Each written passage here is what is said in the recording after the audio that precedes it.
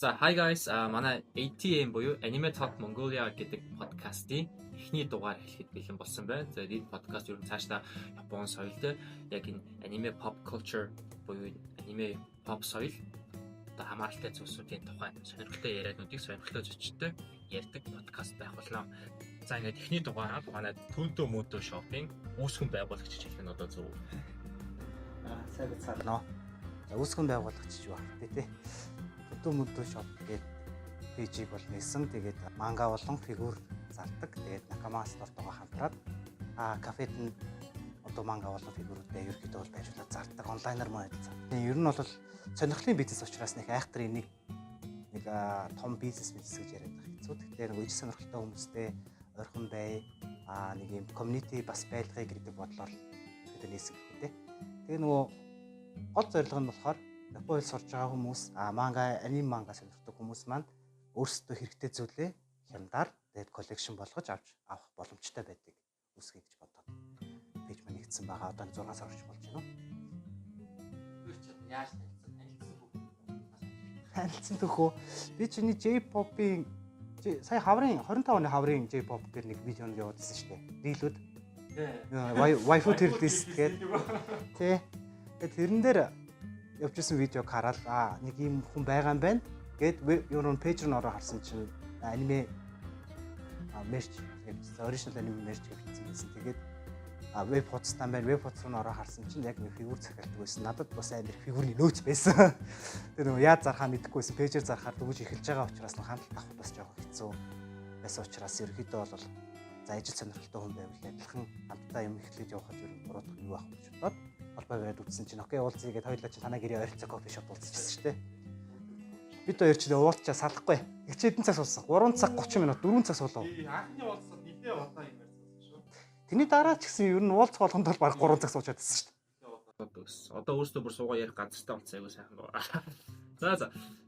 Товчгсан айгуу дэлгэрэнгүй барыг танилцуулга болчлоо. Тэгээд энэ удаагийн подкастаар бол бид хоёр хоног аниме ер нь Монголд яаж орж ирсэн, өмнө ямар байсан, одоо ямар байгаа. Тэгээд ирээдүйд ер нь ямар болох боломжтой вэ гэдэг талаар хоорондоо зүгээр л яг энэ салбарыг сонирхдаг аниме үздэг дуртай хүмүүсийн хувьд бол ярилцсан нэг профешнл бод биш. Гэхдээ намайг бол Төвдөө ах одоо Төвдөө гэдэг. Тэгөө Төвдөө ах маань бол бүр хамаагүй илүү мэдлэгтэй те нэг бүр фан сабс орчуулга хийдэг байсан. Тэр талаар дараа нь дэлгэрэнгүй ярилцуулна. Японд амьдардаг байсан. Тэгэхээр тэр соёлыг бол илүү ойроос нь харсан те. Мэдээж надаас олон ойвс болон олон аниме хийлээс хүн байгаа. За тэгээд эхний сэдв маань эхний танаас асуулт болохоор анх ер нь хаанаас ямар анимег хизээ олж үзчихв? Яаж оров? За яг аниме гэдэг ойлголтоор бол ер нь хоёлоо ойролцоо гэж магадгүй. Би 2009 онд Emen Face Apps гэдэг юмыг манай найз надад танилцуулаад ийм газар ингээд монгол хэлээр орчуулгатай байдаг гэд. Тэгээд тэндээс Full Metal Alchemist Brotherhood үзчихсэн. Тэр бол яг нөгөө вебсайтаас олж үзсэн хамгийн анхны аниме маань байгаа.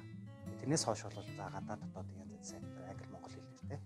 Тэгээд янз нэлээ олон 10 жилийн төгсөх нэг оюутан байх үе завтай байх үеэр бол нэлээ юм үзсэн. 2009 он Тий 2009 онд миний л бодол шүү. Англи хэл дээр юм үзье гэд ингээд найзуудаа санал болгохоор англи хэлтэй үнцөөхөн. Тэгээд ер нь бол бид нар ингээд англи хэл айгуу сайн үзсэн 10 жилийн турш одоо ингээд English 1 2 3 4 гэж номод үздэг штеп. Тэгээд англи хэл сайтаа үзчихнэ гэж бодож исэн чинь яг ингээд найзуудаа санал болгохоор англи хэлний төвшин өгөхгүй ч юм уу те ингээд үзээд ойлгохгүй байна гэдэг чинь цаана ингээд ер нь бол англи ч надад саб явж байгаа давтаа юм барагтаа үзэхгүй. Бараг олдохгүй бас. Тэгээд Монгол хадгалтай сайтуудаас буюу Facebook-уудаас нэлээд үздэг байсан.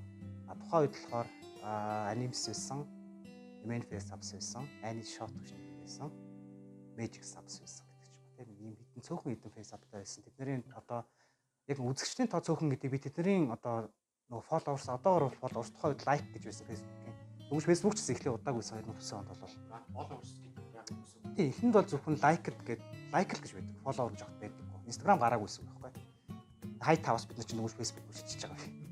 Тэгээд Facebook-ийн лайкаар нь ер нь бодоод үзэхэд тухайн үед нэг 20 гаруй мянган хүн л байсан болов уу гэж бодож байгаа. Тэр 20 гаруй мянган хүн гэхдээ яг ингээд тогтмол аним үздэг хүмүүс биш. Тэгээд их гайгүй те орчуулга гэдэг Монголд байдаг дараа нь үзүүд үзэндээ гэж лайктаар хайцсан хүмүүс байгаа гэсэн.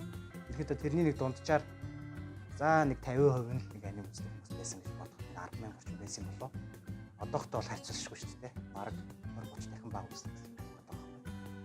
Тэгэхээр анх та ерөөс үзэхгүй байх чинь 2009 манай найзтай байсан авсыг суулаад тийм тэрнээс өмнө бол яг мэдээж телевизээр гарч ирсэн анимуудыг бол яг хүүхэлдэйн кино гэдэг байдлаар нь үздэг байсан. Одоо Dragon Ball Z ч юм уу те. За өөр юу гэдэг Наруто ч юм уу, Bleach ч юм уу, Yu-Gi-Oh ч юм уу те. Телевизээр зөндөө гардаг байсан шүү дээ. Тэр телевизэр гэсээс энэ сонирхолтой гэж боддог. Хамгийн анх юу н ямар аниме аль телевизээр гардаг байсан? Миний мэдхээр бол нэг 2000 оны ихэнх үе юу эсвэл 90 оны сүүлд би айгу жоохон байсан үед Монгол телевизээр Voltron гэдэг сансрыг хамгаалагч Voltron гэдэг гардагс Voltron V. Тэрийг сүүлд бол дахиж үзэж чадаагүй. Гэхдээ баярлалтай хүмүүс мэн байвал олоод үзээрэй. Сонирхолтой байж магадгүй юм бо.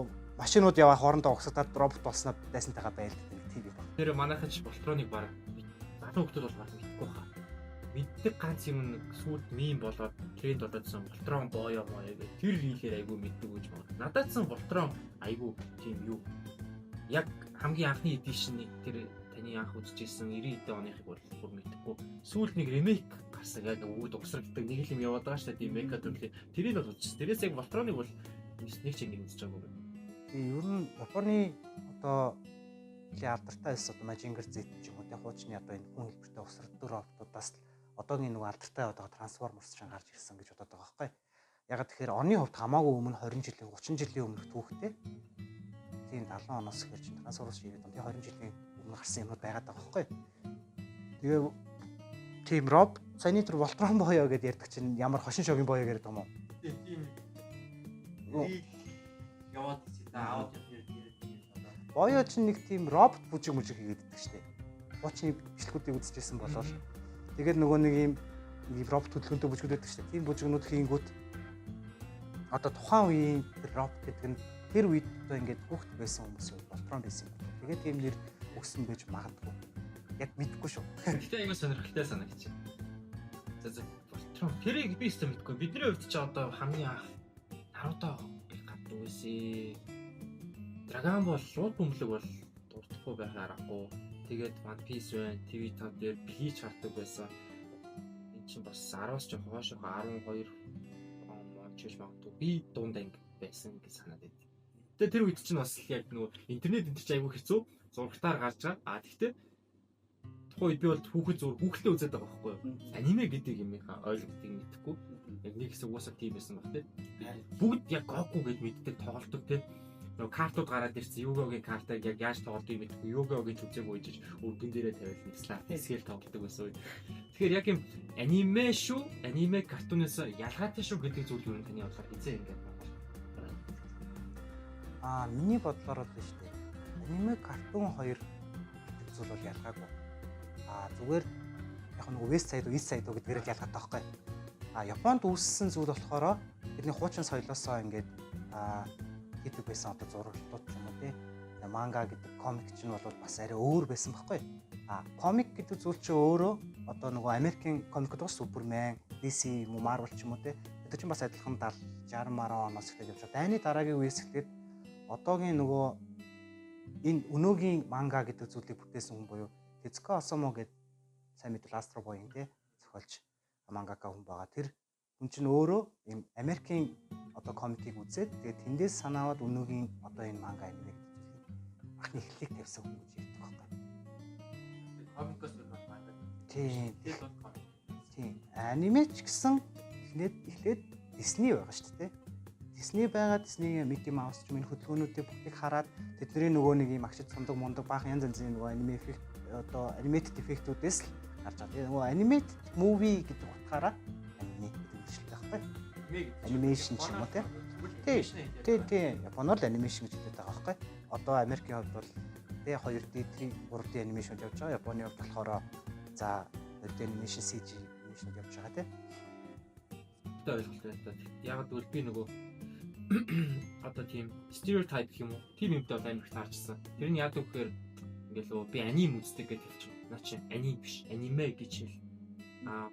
Юу хүүхэлтэй үзээд байгаа юм бэ гэх юм бол энэ хүүхэлтэй биш. энэ бол аниме, энэ картун биш, энэ бол аниме гэдэг хүмүүс айгүй зөндөө байдаг л да. Тэгээд тэр хүүхдүүд маань өөрсдөө отаку гэж нэрлэдэг байдаг.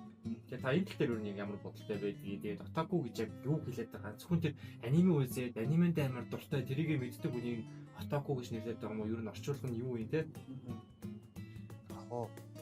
Саяны нөгөө стереотипээр ярьлаа шүү дээ. Тэр чинь бол ялчгүй нөгөө нэг эхэлж байгаа үед мэдээж хүмүүс нөгөө энэ бол онцгой зүйд гэдэг байдлаараа фэн сабот ч юм уу тэ үздэг хүүхдүүдтэй ч гэсэн тийм ойлголт өгдөг байсан.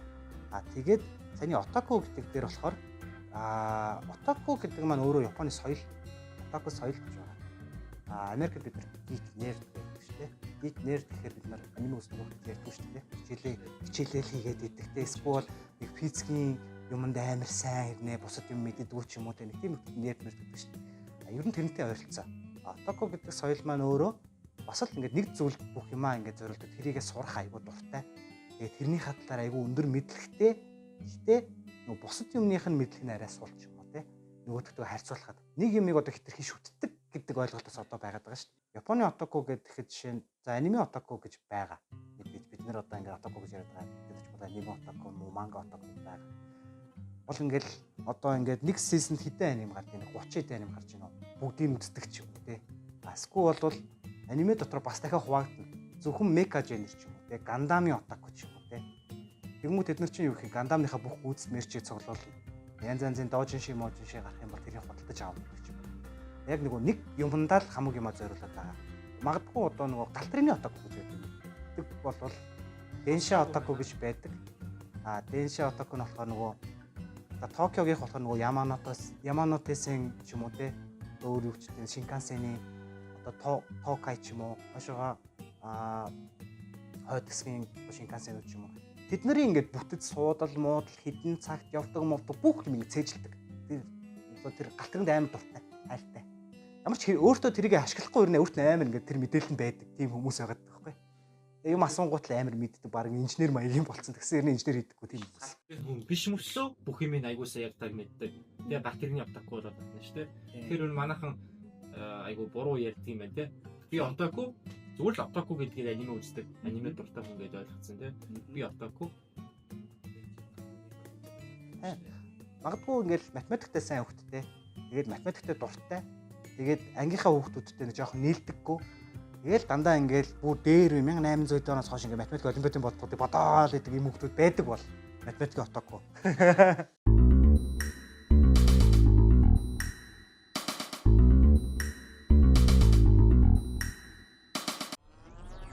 Бичлэгийн маань дуустал нь үзэн танд баярлалаа. Хэрэв манай контент таалагдсан бол лайк, subscribe дарж биднийг дэмжээрэй.